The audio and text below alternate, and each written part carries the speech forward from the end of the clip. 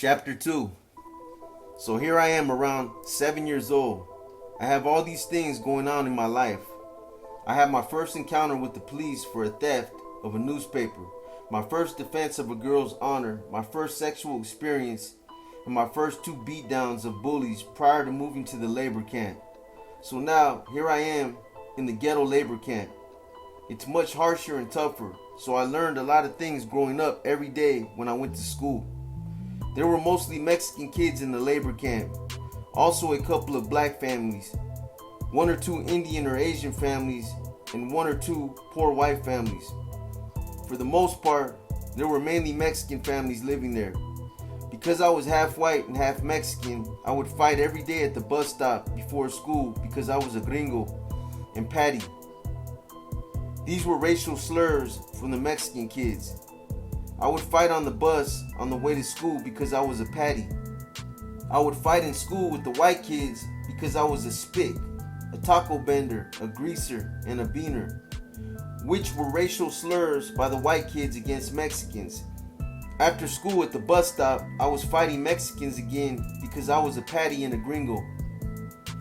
Here I am. I grew up fighting for the very things that I was, Mexican and white.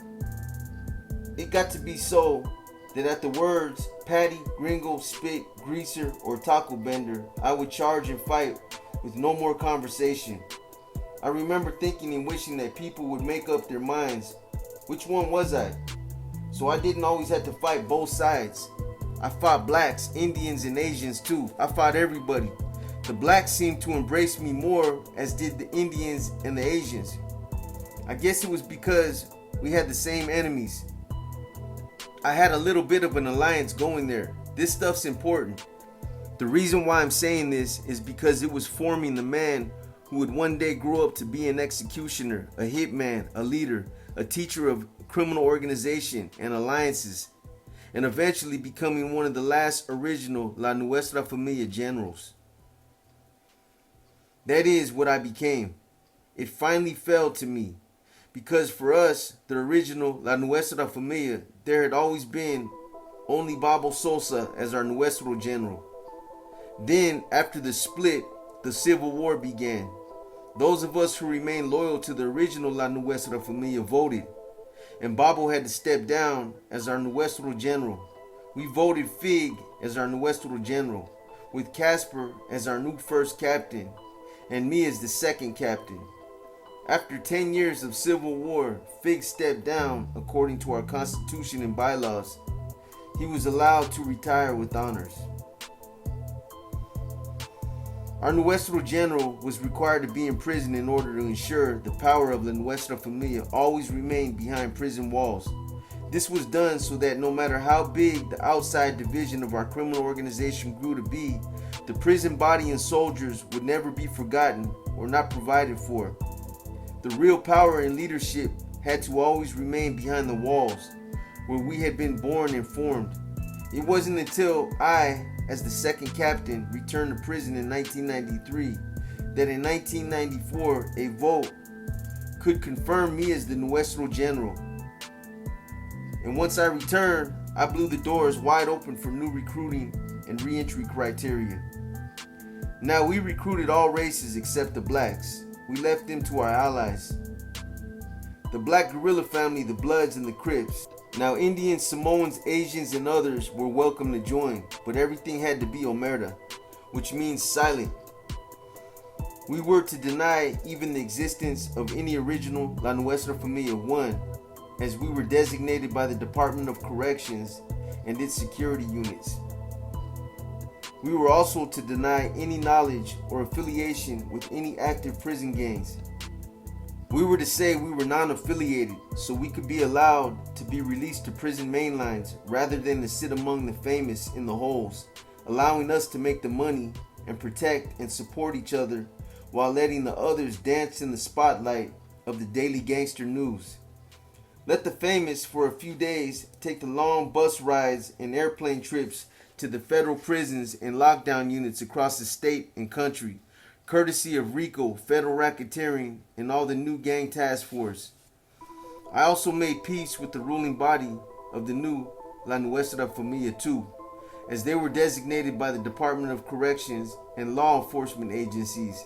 After 10 years of civil war, we would leave each one alone for now and hopefully pursue a possible reunification of the old original with the new structured La Nuestra Familia.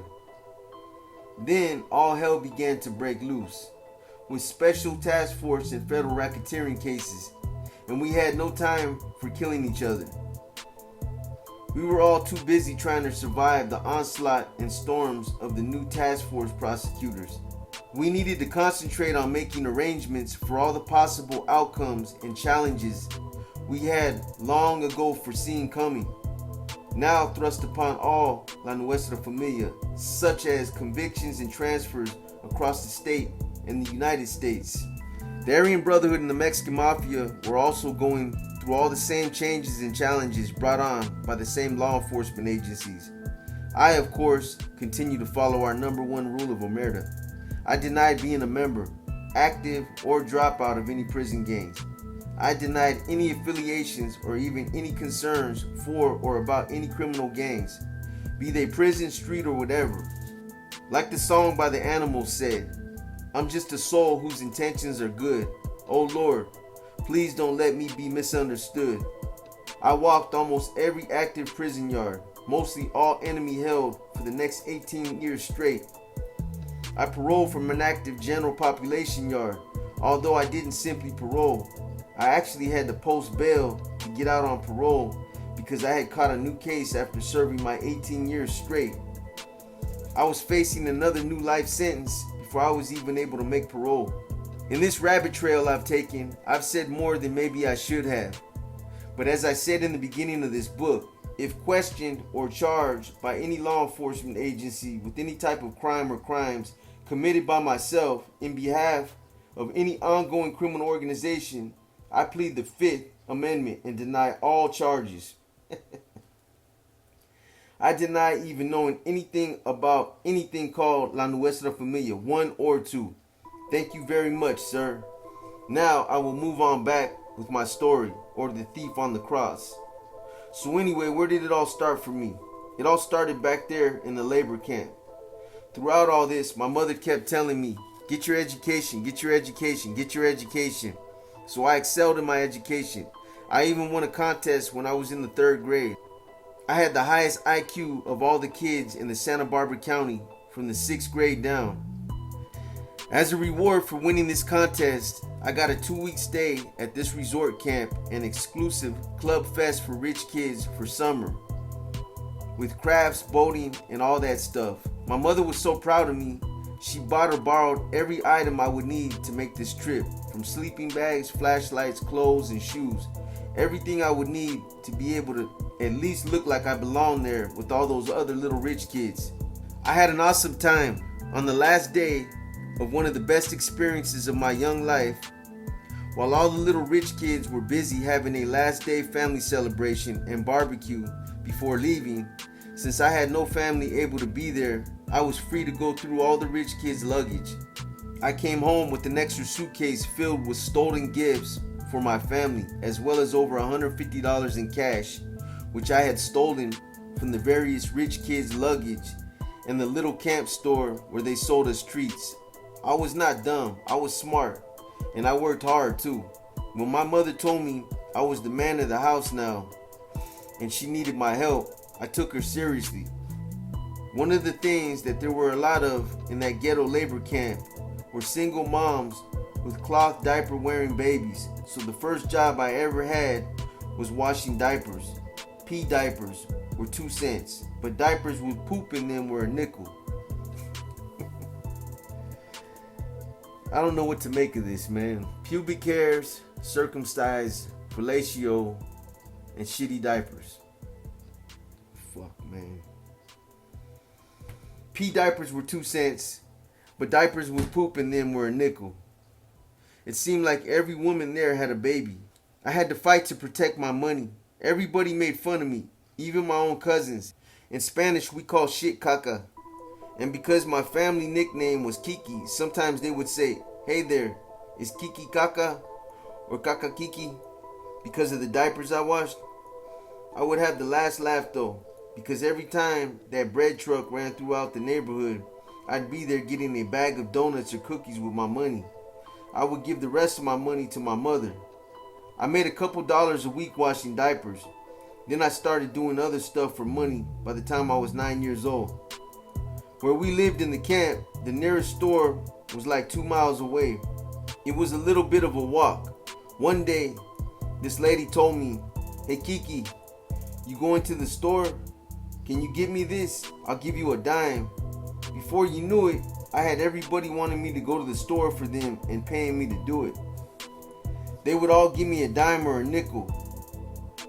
I did pretty well. One day, I only had one customer, and I remember thinking I needed more money than that. I wanted to get myself something too. Everything she wanted was just $1.50. I was only going to make a dime. I thought, well, that's not going to cut it. I was at the store. I was watching, and I observed that they had the store brand on every bag. Not just the paper bags, but also on the produce bags. I noticed nobody took their receipts. Everybody just threw them on the ground. I picked them up, looked at them, and said, wow, this is going to be important. I don't know why, but it is. So I took a few receipts with me and put them away. Then I thought, these are the items she is asking for. I could hide them under my clothing. I could put them in my pants and my shirt, walk out with it and not pay. And then I could have the whole $1.50 plus my dime. So I did it. I became a thief. No one paid attention to a child just walking around the store unless they were in the candy aisle. As long as I stayed away from the candy aisle, I went unnoticed. So I just stuck this stuff down my pants, front and back, and had on a big jacket because it was cold out. I remember my heart pounding with excitement and fear as I walked calmly out of the store past all the cashiers and bag boys, fearing at any moment I would hear a voice yelling, "Stop, thief." As those automated doors opened and I walked out unnoticed, and once I got around the side of the parking lot safe, I realized I was rich. I couldn't believe it. A whole $1.60 to buy all the candy I wanted. I stashed the items I had stolen and walked back to the store with confidence. I went straight to the candy aisle, and sure enough, it seemed like all eyes were on me as I shopped like I was rich. And I only spent 60 cents on the candy. Back in those days, 60 cents would buy you an entire bag of candy and treats. I hurried home. I gave the woman who sent me her stuff and her 40 cents change from the $2 she had given me. She even gave me an extra dime tip. Now, I had a full bag of candy, $1 to give to my mother, and a dime for ice cream later when the truck came by. I remember telling my mother that I found the $1 on the floor outside of the store as I was coming out. I even told her that I looked around to see if anyone had just dropped it on their way out before me, but that there was no one around, so I picked it up and kept it to give to her. She was so proud of me for not spending it on candy and giving it to her that she gave me a dime to get myself a treat from the ice cream truck or the bakery truck, whichever I decided, but not to eat it in front of my brothers and sisters. I knew exactly what I was going to do with my 2 dimes and my hidden bag of candy. I was going to use it all to get me some pussy from the neighborhood little girls who, in exchange for some ice cream or candy, would go someplace hidden with me and let me play doctor. Hell no, man. You gotta be joking. I would give some of the candy to my little followers who looked up at me as their leader, even way back then. At 9 years of age, I had learned the politics of being poor and how to use other kids to my advantage. All that Cecilia had taught me about all those times in the barn had affected me, like I said. I was a little pervert set loose in the ghetto where all the girls grew up very fast. I could preach here about how it was all wrong and sad that this was the culture of ghetto labor camp and poverty. But at that time, it was what it was, violence and perversion. I used to wonder, even way back then, when I was with a lot of these girls, where and how some of them learned to play these nasty sexual games we would play.